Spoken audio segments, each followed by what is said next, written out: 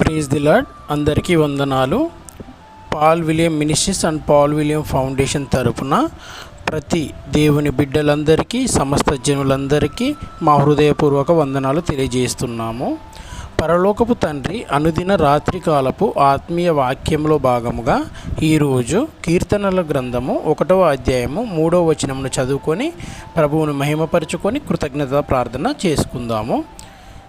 ఇప్పుడు వాక్యాన్ని ధ్యానించుకుందాం. కీర్తనల గ్రంథము 1వ అధ్యాయం 3వ వచనం. అతడు నీటి కాలువల యోరన నాటబడినదై ఆకువాడక తన కాలమందు ఫలమిచ్చు చెట్టు వలె నుండును. అతను చేయునదంతయు సఫలమగును. మరొక మాట చదువుకుందాము. అతడు నీటి కాలువల యోరన నాటబడినదై ఆకువాడక తన కాలమందు ఫలమిచ్చు చెట్టు వలె నుండును. అతను చేయునదంతయు సఫలమగును. ఇక్కడ కీర్తనకారుడు ఏమని చెప్తున్నాడు? అతడు నీటి కాలువల యోరన నాటబడినదై ఆకువాడక తన కాలమందు ఫలమిచ్చు చెట్టు వలె నుండును అని చెప్తున్నాడు కదా. అతడు అంటే ఎవరు? మరెవరు అని అర్థం కాదు. నువ్వు, నేను, మనమే.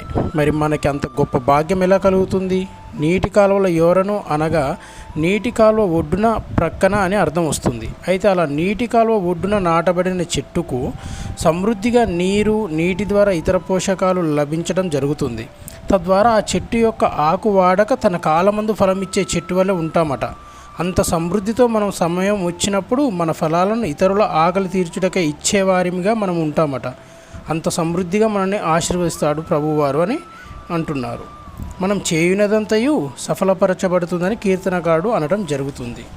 మరి మనం అంత సమృద్ధితో ఇతరులకు మన యొక్క సొంత ఫలాలను మన సమయం వచ్చినప్పుడు ఇచ్చేవారిగా ఎప్పుడు ఉంటాము?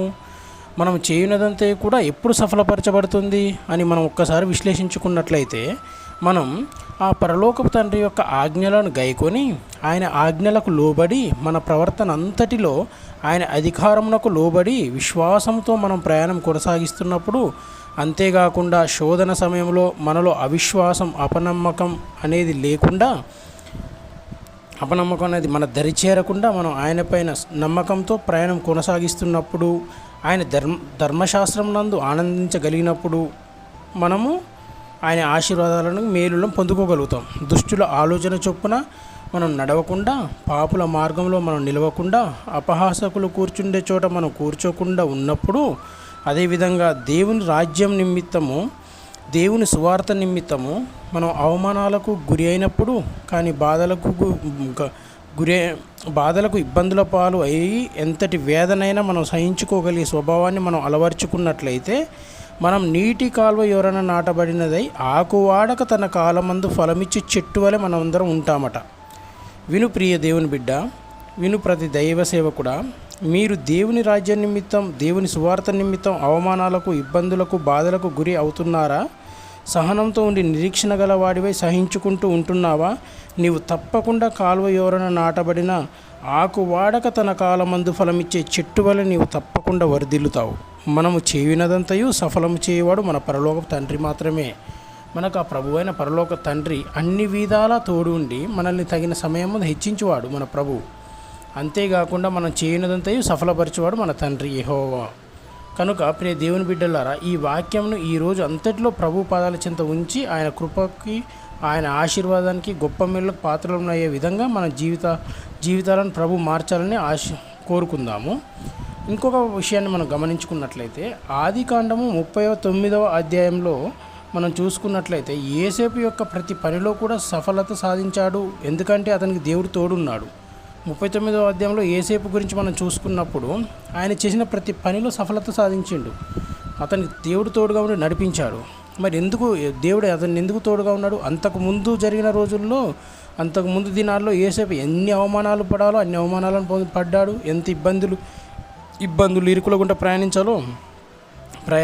తన విశ్వాసాన్ని కాపాడుకుంటూ ముందుకు సాగగలిగాడు. కనుక యోసేపుకు ప్రభు అయిన యెహోవా వారు తోడుగా ఉండి నడిపించి ఆశీర్వదించి హెచ్చించాడు. సహజంగానే మనల్ని హెచ్చించాలని, మనం చేసే ప్రతి పనిని సఫలం చేయాలని ఆ ప్రభువారు ఆకాంక్షిస్తూనే ఉంటారు. కేవలం మనం మన యొక్క అవిధేయతతో, అవివేకంతో, కృతజ్ఞతా స్వభావం కోల్పోయి ఆయనకు వ్యతిరేకంగా మనం చేసే కార్యక్రమాలను బట్టి మనం ఆయన ప్రేమకు, ఆదరణకు, ఆయన యొక్క గొప్ప మేలులకు, ఆశీర్వాదానికి దూరం అవ్వడం జరుగుతుంది. కనుక ప్రియ దేవుని బిడ్డ, మనం ఒక్కసారి మనం ఆత్మవిమర్శన చేసుకొని ఎక్కడ మనం పడిపోతున్నాం, ఎక్కడ విశ్వాసంలో జారిపోతున్నాం, ఎక్కడ ప్రభువుకు వ్యతిరేకంగా చేస్తున్నాం, ఆయన సన్మార్గంలో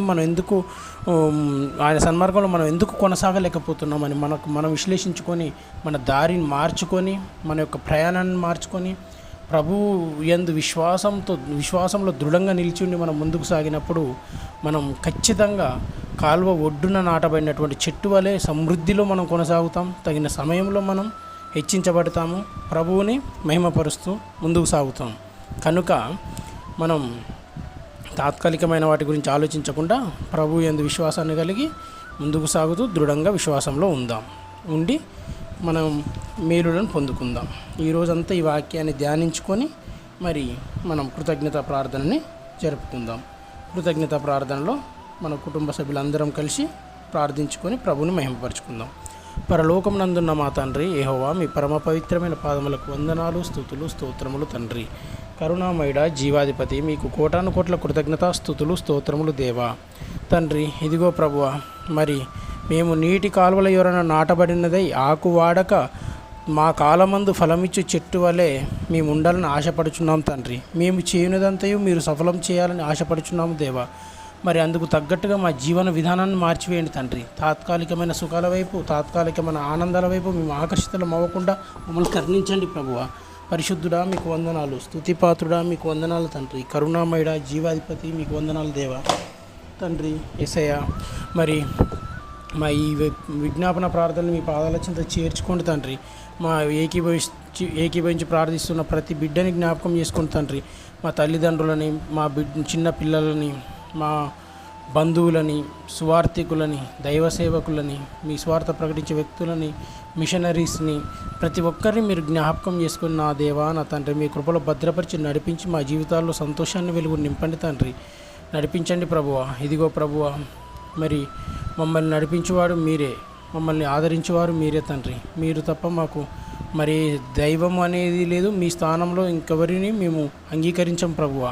కనుక మీ చేతులకు మేము అప్పగించుకునిచుండగా మా ఈ ప్రార్థన విజ్ఞాపనని మీ పాదాల చెంత చేర్చుకొని సఫలపరిచి మా ప్రార్థనలన్నింటి విషయంలో మీ చిత్తం నేర్చి మీ ప్రణాళికలు అమలుపరిచి అట్టి మహిమని, ఘనతని, ప్రభావాలను మీరే పొందుకున్నామని యేసు నామంలో అడిగి వేడుకొనిచున్నాను తండ్రి. ఆమేన్.